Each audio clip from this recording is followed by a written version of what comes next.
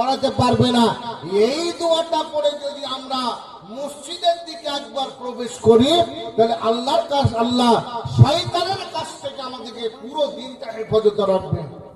তাহলে মসজিদ যাওয়ার জন্য, মসজিদ এমন একটা জায়গা, সেই জায়গা গেলে আজ পৃথিবীর মধ্যে সবচাইতে বেশি সম্মান পাবেন।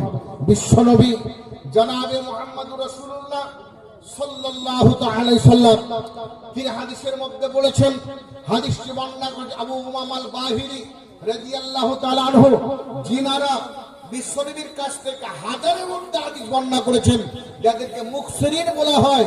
সেই মুকসিরিন অধিক হাদিস বর্ণনাকারী সাহাবী, যারা হাজারের মধ্যে হাদিস বর্ণনা করেছেন, এদের মধ্যে আবু উমামা আল বাহিরি রাদিয়াল্লাহু তাআলা আনহু তিনি অন্যতম। তিনি হাদিসটা বর্ণনা করছেন মুসনাদ আহমদের